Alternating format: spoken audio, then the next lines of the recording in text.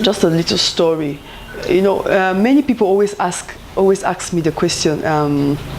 A lot of people who've known me in the past, they always ask why, not really sudden shift or sudden change, but why the change from broadcast TV journalist to a lot more in the background. Why that change? Why that switch? A lot more people want to go to the forefront, but why the change? Why the decision to move behind the scenes? And this is a story that led us to this day. I remember one day in 2004-05 in Yaoundé.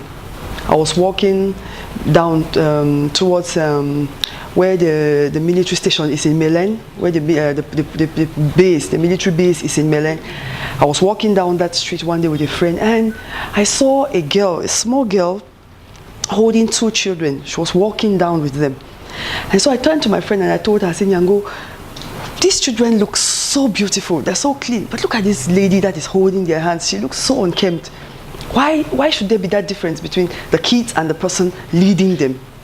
And she told me that should be the nanny or the babysitter. And I told her it's not right. You can't have somebody taking care of your children and then the person who is in charge of the well-being of your children is looking so unkempt. No matter how much you spend on your children, they will end up like her, because she is the one that spends time with them.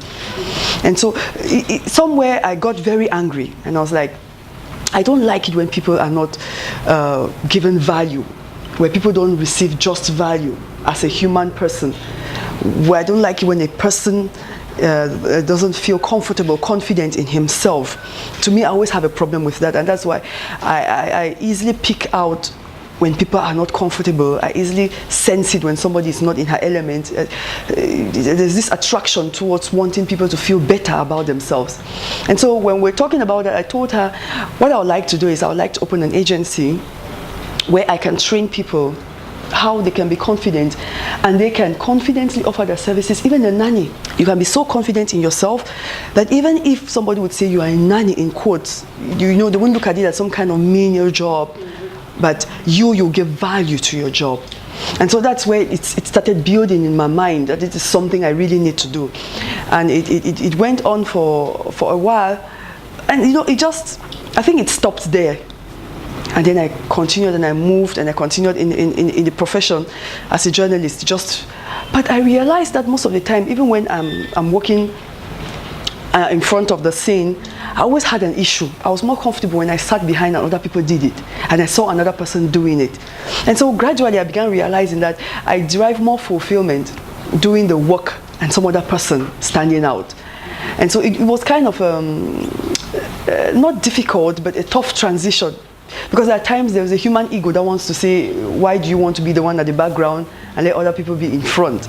And so I had to gradually build myself to a point where I finally took the decision. I said, okay, I'm going to leave the front and I'm going to go to the back. I don't know how it's going to look like, but I'm just going to trust that what I'm sensing in me and what I think within me is the right thing, and I'll see how it unfolds. And so by 2010, I think that was the last time. I will never forget the day I did my last primetime news. And when I left the studio, I was walking down the stairs and I told everybody, I said, à lundi, because it was a Sunday. I said, à lundi. And then when I said à lundi, when I was going down the stairs, I knew that I would never go up the stairs anymore. I just knew that I'm not coming back to work, no matter what. And so when I came down the stairs, that was it. I just stopped. I told everybody, look, I'm no longer going to do this thing anymore. And I felt peace. I was really at peace with myself. But the way forward wasn't so clear. And so I had to use from 2010 to 2015, 16 to get clarity on how it should look like and how I should go about it. And in the course of all these years, a lot of things happened. I learned a lot of things. I got engaged in so many things. I did so many things. And those are the things that helped me. It built so many things. The more I got into the things I was doing, the more I realized what I really needed to do. I began picking out the things that are so fulfilling. And at the point in time, I now needed to learn how to, there was this word that many people use, how to monetize what I'm passionate about. So you don't only do the things you love, but you can earn a living while doing the things you love. And in the course of doing all of this, I think in 2015, that's when I got I won't say a very clear picture, but I got